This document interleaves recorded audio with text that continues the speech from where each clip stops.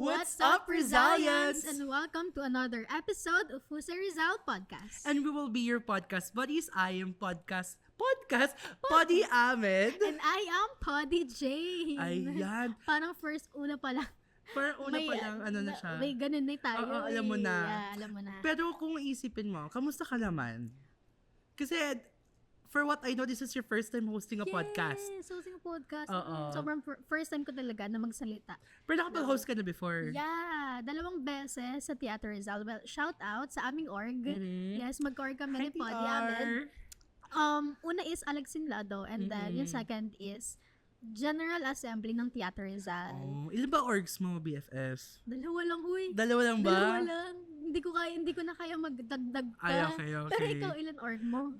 6 yung org ko, BFF. Paisa-isa Gabi nga, Poddy. sige nga. Kasi, ayun, part ako ng Central Student Council, yan. Yes, yep. Tapos kasama ko si Poddy Jane sa Si teatro. teatro. Hi, TR. Yes. Shoutout sa inyo. Part din ako ng Nursing Society. Student advisor ako. Nurse ako. Tapos, I also have Aluncina, founder and also student Yes. advisor. Ang daming ganap. Tapos, part may din dalawa ako pa. ng honorary member ako ng La Dama Filipina, the women's circle ng JRU. Revived org siya. So, yun. Check niyo yung mga ganap-ganap nun. And then also we have CILIM, which is the mental health organization natin dito. So, Yes. I'm for sure, Yeah. nakita na ako ng mga tao dati. Parang lagi naman, na Poddy parang, Ahmed. sana naman. Diba, ikaw na naman. May event sa school. Ahmed. Alam mo na yun, nandun Yes. ako. Ayun. So, ikaw ba, excited ka ba for this opportunity? Like, ang ganda kasi like, we are able to, express things here na, Yes. alam mo, it's a great starter for everything. Tapos, kamusta akads mo? Yun, kasi di ba nag-release na ng grades Yeah. this Monday lang. Nung Monday. Nung Monday. Kinakabahan ako kasi akala ko talaga tatabingi ako ng ta- ganun. Kasi ganun parang finals, sobrang hirap talaga. Honestly. 100 items kada isang subject. Totoo. Well, hindi naman lahat. Pero kasi yung 100 items na yun, major. Yeah, so, Saka, kung titingnan natin, grabe yung finals ngayon, na parang iba siya ngayon, parang, ano nangyayari sa akin, gano'n. patong-patong talaga. Tsaka, syempre, kung hindi ka naman ganun ka-confident to prelim Yung or prelims midterm, o midterms. finals talaga, bawang-bawi ka. Totoo yan. So, ayun. Ako din Kamusta nakita ka? ko yung grades ko. Nung Monday, sabi ko, oh my gosh, parang munti ka na ma-explode, girl. Pero, Pwede bang makwento? ay, Diyos ko, nung nakita ko yung, kasi hindi naman agad reflect sa akin kasi kailan lang naman ako nag-check ng grades ko. So, sabi ko, ay, sige, check ko na kasi nag-check na yung mga kasama ko. Tapos pagtingin ko, oh my God, buti na lang talaga. Umasensa Kinaya pa. tayo. Step by kinaya. step, nag-success ka ba? Ganon, bongga talaga Yes, siya. I'm Kaya, happy for you. thank you. I'm happy for you too. I hope that this conclusion ng Second semester, sem. masaya tayong lahat. Especially kayo, speaking of- Rizalian. Speaking of, diba, this coming second sem, kailan ang enrollment natin? Ang enrollment natin starts on December 9. Yeah. So, if you want to check your tuition Yes. fees, yung mga enrollment Yeah. information, you can visit jeru.edu, our official Jeru Yeah. website. So, So, stay tuned, yeah, guys. stay tuned guys sa ating Yes. Pero wait lang. ano yun? May nalimutan ako itanong sa'yo. Ano yun? Pwedeng malaman kung anong oras na. Ay, oras na para batiin natin Rizalian ng Merry Christmas! Oh my Ayan, Christmas gosh. season na. Feel ko lang yung lamig. O baka Kaya- aircon lang. I feel off natin yung aircon. So, hindi na, wag na. Hindi pala. Mainit pa rin pala. Mainit kasi pa rin eh. tropical country. Yeah. Tropical country. So, Yeah. ayun, parang Christmas season na. Ang bilis ng panahon. Parang kahapon lang. Nagsusulat ako ng mga notes ko for prelims. Talaga ba? Tapos Christmas na, Ito na. December na. Ito na yun. Alam mo, tapos kung na. iisipin mo, nakakatuwa kasi we're finishing everything with a bang. Yeah. Na alam natin na we did our best this semester. Yes. And then we're going with Christmas with appreciating everything. Nakakatuwa lang talaga. Yeah. Kaya ayun, ikaw ba, what is Christmas for you? Christmas for me, sobrang deep ng question Ay, sorry, mo. sorry. Poddy Ahmed. First question. First question pa lang to, parang mapapa-open up agad ba ako? Wait lang ha, hinga lang. Okay. Hindi. Pero Christmas for me, it is about happiness talaga. Kasi ako, sobrang fond ko talaga sa pag Christmas season na yeah, excited ako. Especially kapag, alam mo yun, makakasama ko yung family ko, tapos may mga activities Yeah. from other family. Oh, diba? Kasi, small family lang naman kami. Tapos yung mga food talaga, I love the food. Kapag Christmas season, happiness, Christmas is happiness for me. Kasi I think happiness starts within ourselves. So, kung halimbawa na wala tayong happiness sa sarili natin, paano natin ibibigay yung happiness sa Christmas season? Paano natin ibibigay yung happiness sa ibang tao rin at the same time? What is Christmas for you? Ang haba ng kinento ko, ikaw naman. Christmas for me, honestly it's just 2 words lang talaga. It's family and food. Sorry. BFF? Parang iba yung sagot FR yung mo. sa akin. Oo. Kasi akala ko family and friends. Yung friends kasi, part na siya ng family for me. Kasi I treat my friends as family talaga. Pero yun, family and food. Bakit family? Ay, grabe. Alam mo, for me, if nandyan yung family ko, okay na siya sa akin. Yes. Malaking bagay na siya sa akin. Kasi yung mga saluhan, malaking bagay din siya, ganon, to celebrate, pero to have them with you, this feeling of belongingness and togetherness, sobrang malaking bagay kasi siya. Tapos, ayun, so yung second, yung food. Yung food. Bakit food? Food kasi, at tag dito, syempre, Pasko, diba? Parang, it's a big thing na may saluhan kayo, may handaan, Noche Buena, tapos, ayun, mahilig kasi ako magluto. So, ayun, parang through food, nadadaan ko yung bibigay ng love, ganon. Gusto ko kasi mabusog sila sa food tsaka sa love. Kaya It's yun. not about you. It's not about me. It's about you. It's about you guys. Yes. Pero speaking of food, Ano yan? pwede ko bang, parang gusto ko ma-experience yung love mo? Gusto mo ba? Ngayon na? Halika na. Ay, hindi pala. Hindi. Wala pa lang tayo. Okay. Wala pa. Wala pa Later. pala. Pero alam mo, speaking of Noche Buena, there are a lot of speculating lately, no, ng mga issues, and especially mga statements na nakikita natin on social media. Ikaw ba, what do you think about dun sa 500 pesos sa Noche Buena? 500 pesos sa Noche Buena. Very controversial kasi siya. And in my opinion, I think tayo kasi as a collectivist, or meron tayong collectivist culture sa sa sarili natin, sa family natin, or sa community natin. Ang hirap talaga na mag-budget, lalo kapag tight, or parang may fix ka lang na budget for a specific handaan or gathering, diba? So, a 500 peso money, or parang ayun yung pinaka Noche Buena ninyo, I think siguro depende sa tao kung kaya niyang mag-budget sa ganong ka-tight na na pera. Pero how about you? Ako, for my opinion kasi, in my opinion yung 500 na yon, oh my God, parang kumain lang ako sa labas. Hoy, hindi aaminin ko, kapag kunwari kain ako sa labas, isang meal, it almost cost like 200 pesos. Totoo yan. Eh, paano kapag medyo gutom ka, frisky ka na, ay, parang gusto ko pa, eh, di abot ka for 400. So, kung isipin mo, ay, shucks, kung sa akin pa lang, I feel like hindi na siya kasha, paano pa sa ibang tao? And yung mga families na malalaki pa talaga, parang, ayun, parang, ako din, nagluluto din ako. So, yung 500 na yun, I feel like, hindi siya sapat. Kasi, kung pupunta ka sa groceries, parang, if you will look yung package ng spaghetti, parang around 130, 150 siya. So, parang, dun pa lang, parang kaya pa ba? Kasi aside pa dun sa packages na yun, may sahog pa tayo na hotdog. Siyempre, hindi mawawala yung hotdog kasi yun yung hinahanap ng mga bata. Sa spaghetti. Tapos, hotdog, may giniling pa. Tapos, aside pa dun yung bawat sibuyas. Ang mahal ng gulay ngayon, mga bae. Totoo yan. So, for me, I feel like it can be applicable yung 500 sa ibang tao kung ano yung discarded nila. Sa pagbabudget. But for me, in our tradition sa family namin, parang think again, girl. Parang, carry yung 500 sa fruit salad. Pero sa iba pa, kung fruit salad lang handa mo, yun lang kainin mo, girl. Yes. Merry Christmas. May mga nakita nga rin ako na post sa internet na yung 500 pesos daw nila, pang foundation lang. Talaga ba?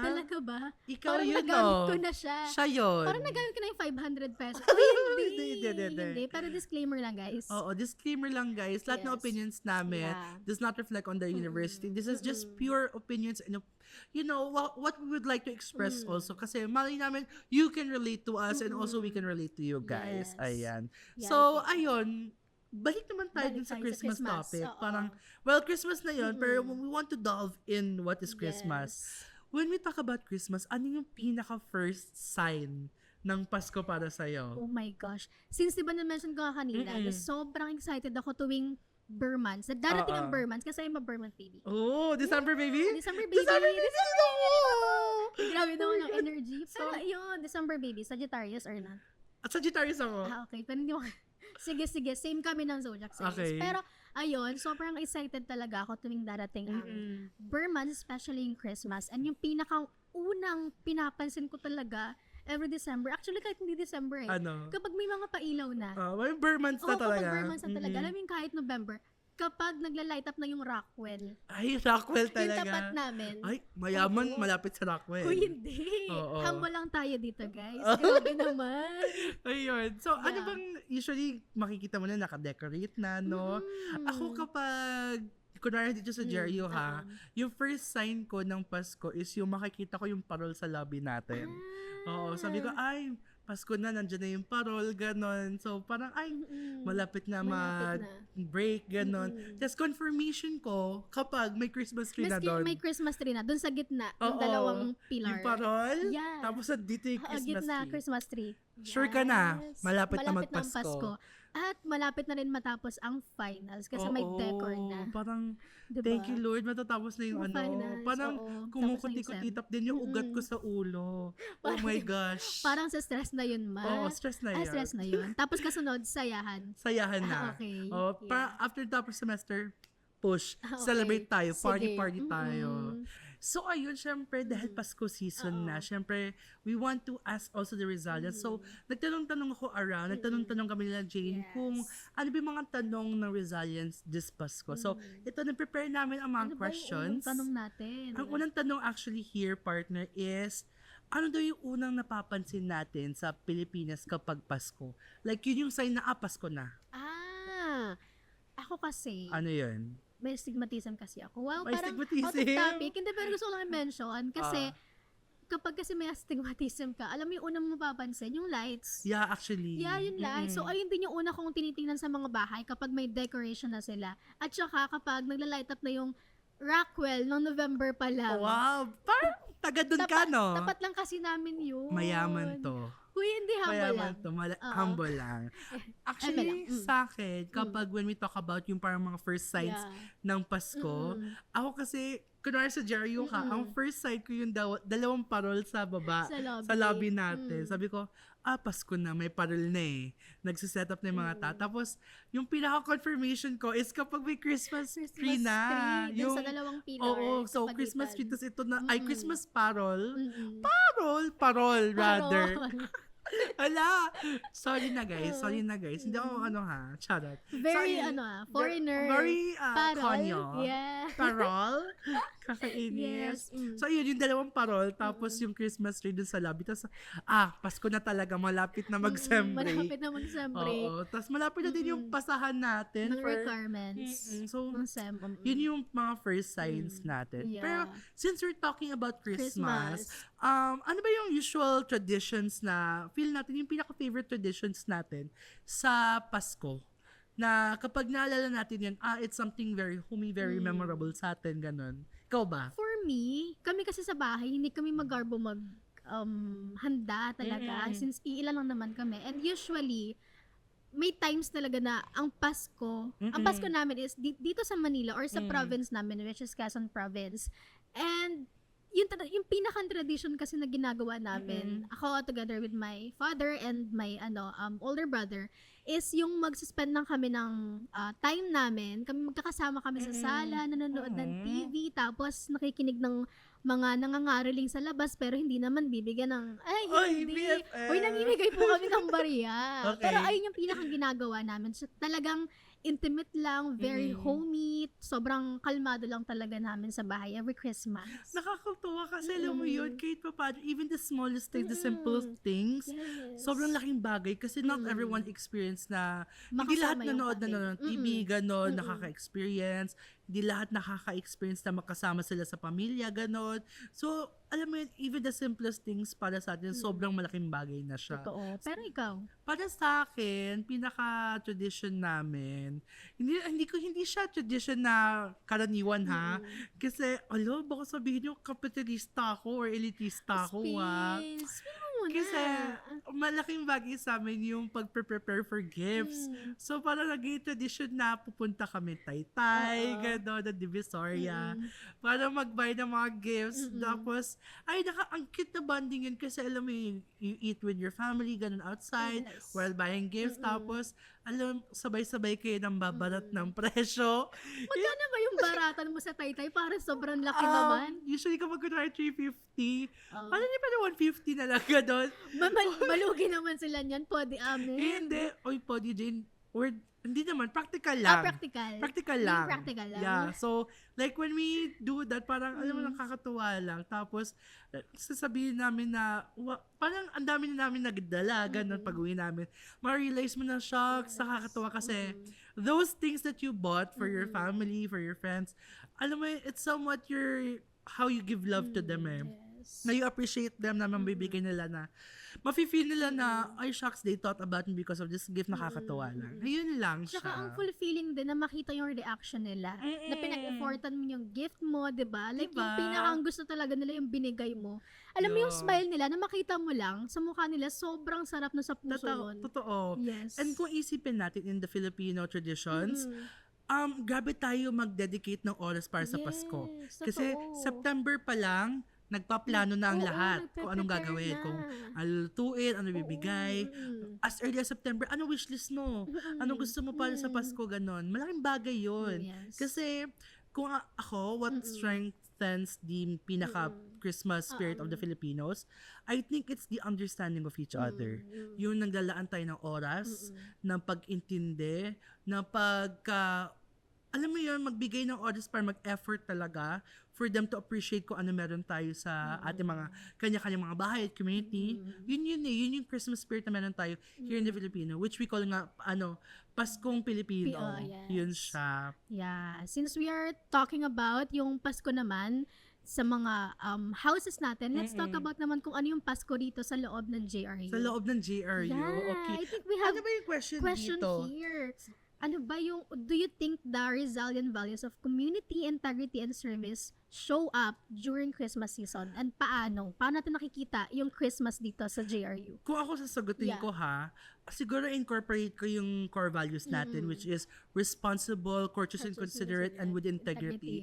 You know why? Kasi those 3 factors, nakaka-connect siya with each other. For example, ano ba yung best gift na pwede natin bigay sa parents natin as students? Siyempre, to be responsible enough sa studies natin, ma-fulfill natin yung academic requirements natin, to reach the grade na gusto natin, siyempre. Kasi, yun nga, our families strive for us na mapaaral tayo and everything. Minsan, tayo din as may mga students tayo na working students, they strive for themselves. So, it's a great gift na ngayong Pasko is kampante tayo sa grades natin. Nakampante tayo, kakontinue tayo sa next level of enrollment. Ganon.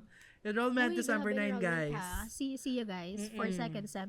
And add ko lang dun sa sinabi mo kanina, yung pagbigay kasi natin ng mataas na grades, it's not just about giving them out of responsibility sa parents natin, but it is also gift para sa sarili natin. Ayun yung reward na nakukuha natin kapag alam natin na ginalingan natin sa ACADS, diba? Yes. Saka dun mo kasi ma-realize na this is my capabilities. May-utilize ko siya, ma-maximize ko talaga siya to the highest level. Yun. So, ayun. Tapos na tayo sa responsible. So, courteous and considerate. What is the best gift that you can give others? Siyempre, kindness talaga. Yes, a little kindness, guys. Yeah, kasi kindness goes a long way. It's understanding other people, being considerate with their situation, and also understanding how we can be polite enough to understand kung paano tayo makakatulong sa ibang tao with the things that we have already. For example, hindi man natin alam yung mga experiences na meron ang isa't isa, ang ibang tao, especially our audiences. Isipin natin na, shucks, yes, audiences natin sila, but every person have different kinds of experience and lived lives. So, yun siya. Yes. Pero, pwede mong mag-add? Ano yun? Ayun. Yung kindness kasi, yung sinasabi mo na it goes a long something. way. A long way pala yun. Yung kindness kasi, yung concept ng kindness kasi na hindi naiintindihan ng ibang tao na hindi lang siya para sa sarili natin. Pero alam mo yung minention kanina ni Podi Ahmed na it's for other people as well. Na ayun nga, kung hindi mo alam yung pinagdadaanan nila, 'di ba? A little kindness yung ibibigay natin. That says a lot about us, kung ano yung values na meron tayo sa sarili natin. Yes. Na ipinapakita rin natin sa ibang tao. I do agree. Yeah. Tsaka, you lastly with integrity, for you to be honest enough sa mga ginagawa mo, that's a great gift to yourself kasi you stay true and authentic to yourself. Yes. Having integrity does not mean only to be truthful. It's just to be, understand the situation and take it as it is. Be authentic as it is. Kasi there's no better way for you to appreciate yourself is than to be true to yourself talaga. Yes. Ikaw ba? Sobrang importante rin talaga na kilala natin yung sarili natin, 'di ba? Kung ano yung beliefs natin, yung values natin, and ano yung ina-uphold natin na integrity na kailangan talaga nating makita sa sarili natin. Yes. Yes. And I think may question pa tayo dito. Yes. I think that's the last question. Yes. Okay. So, what's your Christmas wish for the Jerry community this year? Ako, alam mo, the Jerry community has been my community for the longest time. Ilang years na ba? Grabe, almost a decade na ako sa JRU. Grabe naman. Hindi sa college siya. Siyempre, iba-ibang divisions. Baka kasi akalain ng Rizalians, Guys, simula first year, Oo. bumabalik ka. Oo, hindi ganun, guys. Kinalarify niya, guys. Oo. Ayun, ang dami kasi nating nagagawa dito sa JRU. Yeah. Community outreaches. Actually, sa nursing society, sa College of Nursing and Health Sciences. Shout out po, Dean, Ma'am Rotis. Ayan. Siyempre, parang it's a good way na nagbibigay tayo ng pabalik sa community natin, mga outreaches natin, donation drives. Pero if I would wish something for the community, especially the Rizalian community, siguro i-wish ko lang sa kanila is give love. Give love. So, give mo talaga. Like, wag mo na ipagdamot yung sarili mo sa love na deserve mo. Yes, totoo. Wag mo na ipagdamot yung love na gusto mong ibigay sa ibang tao. Sa ibang tao rin. Kasi sometimes when we hinder ourselves, minsan we alter yung kung anong gusto natin sa buhay. And minsan when we do things na hindi ganun sang-ayon sa sarili natin, hindi tayo natutuwa. And yun nga, earlier sabi mo that happiness or being happy is something so important in our life. It starts within ourselves. So, if I will give you a wish, choose love talaga. Love talaga. Love, guys. Ikaw Love ba? yourself, love your family and your friends. Oy, Yes. ikaw Pero ba? ako, yung wish lang na gusto kong sabihin sa ating community dito sa loob ng JRU is to be open, 'di ba? Sa pagiging sa pagkakaroon talaga. Actually, pwede siyang makonect din sa sinabi mo kanina na mabigay or ma-receive yung love din galing sa ibang tao. And ayun din yung gusto kong wish para sa lahat na kung may mga situations man or circumstances na pinagdadaanan sa buhay, it is permanent, guys, na yung mga pinagdadaanan natin or kung ano man yung problem natin ngayon. May mga tao pa rin talaga na willing to help us, especially ngayong season na about sa giving, about sa love and all that. And I think, parang kailangan magkaroon talaga tayo sa sarili natin ng perspective na deserve din natin yung love, yung happiness, yung genuinity, yung kindness and everything na alam natin na kaya rin nating mabigay sa ibang tao. Yeah. And I will just like to add hindi big sabihin na ito yung nabuhay mo is hindi mo na deserve itong Pasko or itong mga nangyayari. No, you deserve love. You deserve everything. Yes. Kaya, stay true to yourself, guys. At Choose love.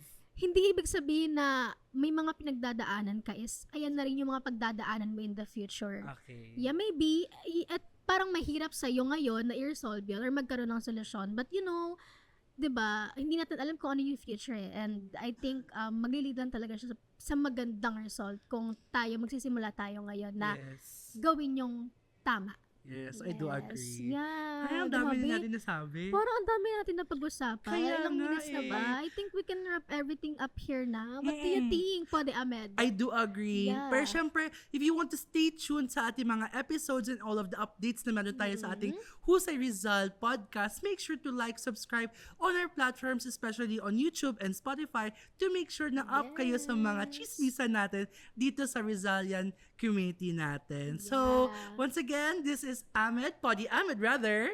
And I am Pode Jane, and we are here blasting off. Bye, Bye, guys! Resilience! Take care!